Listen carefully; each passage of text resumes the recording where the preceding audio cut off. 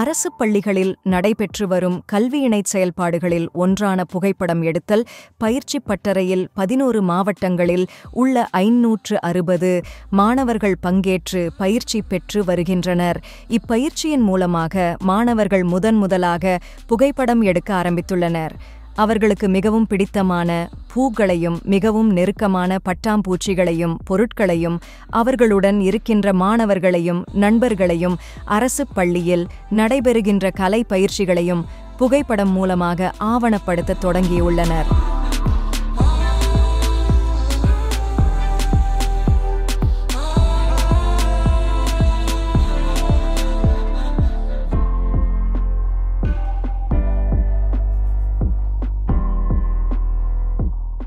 அதோடு மட்டுமல்லாமல் அவர்கள் சொல்ல நினைக்கும் கதைகள், அவர்களுடைய வீட்டை பற்றிய கதைகள், அவர்களுடைய ஊர் சார்ந்த விவசாய நிலங்கள் சார்ந்த விவசாய தொழிலாளர்கள் சார்ந்த அங்கு வாழும் மக்களை சார்ந்த கதைகள் ஆகியவற்றை சொல்வதற்கான முன்னெடுப்பாக இந்த புகைப்பட கலை பயிற்சி இருக்கிறது. மாணவர்களால் எடுக்கப்பட்ட 800 புகைப்படங்கள் இக்கண்காட்சியில் வைக்கப்பட்டுள்ளது.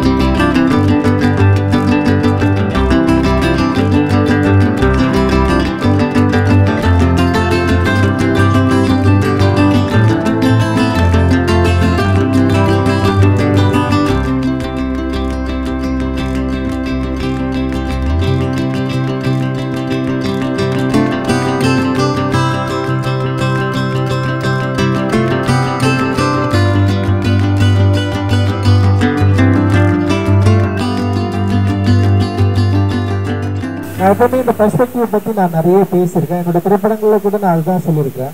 லைக் யாருடைய வாழ்க்கையை இப்போ நான் ஒரு கதை சொல்ல போறேன்னு வச்சுங்களேன், சினிமாவில் ரொம்ப டார்க்காக இருக்குதுன்னு சொல்லுவாங்க. நான் மெட்ராஸ் கதையை நிறைய இடத்துல சொல்றப்போ அதுதான் எனக்கு ஃபர்ஸ்ட் வந்தது என்னன்னா, ரொம்ப டார்க்காக இருக்கு, ஒரு ஸ்லம் பேஸ்டு கதைனாவே டார்க் அப்படின்ற ஒரு பெர்ஸ்பெக்டிவ் அவங்க மைண்ட்ல இருக்கு. ஆனா எனக்கு எப்பவுமே ஸ்லம்ல நான் என்னுடைய வாழ்க்கை டார்க்கா இருந்ததே இல்லை. என் வாழ்க்கை பயங்கர கலர்ஃபுல்லா இருந்திருக்கு, சந்தோஷமா இருந்திருக்கு, கொண்டாட்டமா இருந்திருக்கு. ஆனா இந்த தலித் லைஃப் பேஸ்டா, ஒரு ஸ்லம் லைஃப் பேஸ்டா நான் ஒரு கதை சொல்ல போறேன்னு சொன்னோன்னே ஒரு பெர்ஸ்பெக்டிவ் அவங்களுக்குள்ள ஏற்கனவே இருக்கு. அந்த பெர்ஸ்பெக்டிவ் என்னன்னா, இது டார்க்கு, இது ரொம்ப சோகம், அந்த மாதிரியான சில ஸ்டீரியோடைபிக் இமேஜஸ் இருக்கு, ஒரு எண்ணங்கள் இருக்குல்ல. அந்த எண்ணங்களை பிரேக் பண்றது ஒரு பெரிய விஷயமா நான் பார்த்தேன். அதனாலதான் மெட்ராஸ் நீங்க பாத்தீங்கன்னா கலர்ஃபுல்லா ஒரு படத்தை ஒர்க் பண்ணோம். ஆனா அதுல எந்த விதமான கலர் பூச்சிகளும் இல்லை. நீங்க பாத்தீங்கன்னா மெட்ராஸ் படம் ஒரு ஸ்லம்ல தான் எடுத்திருப்போம். எக்ஸ்ட்ரா ஒரு வால்ல ஒரு பெயிண்ட் கூட பண்ணல. அதாவது ஒரு ஃப்ரேம்காக ஒரு எக்ஸ்ட்ரா பெயிண்ட் பண்ணுவோம், அந்த பெயிண்ட் பண்ணி அந்த இமேஜை நிறுத்தி அவங்களை கலர்ஃபுல்லா காட்டுவோம் அப்படின்னு எந்த இடத்துலயும் மெனக்கடவே இல்லை. என்ன வால் இருக்கோ, என்ன மனிதர்கள் அங்க இருந்தாங்களோ அந்த மனிதர்களை கொண்டு போயிட்டு நிக்க வச்சு நடிக்க வச்சு எடுத்தப்படுங்க. அது எக்ஸ்ட்ரா எந்த ஒர்க்குமே அதுல பண்ணல. எக்ஸ்ட்ரா லைட் கூட சொல்றேன். இந்திய சினிமாவில, தமிழ் சினிமாவில மெட்ராஸ் ஒரு புதிய பெர்ஸ்பெக்டிவை கிரியேட் பண்ணிச்சு. அது பயங்கரமா மக்களுக்கு பிடிச்சது. மிகப்பெரிய கொண்டாட்டத்துக்குள்ள உண்டாக்குன ஒரு படமா அது மாறுச்சு.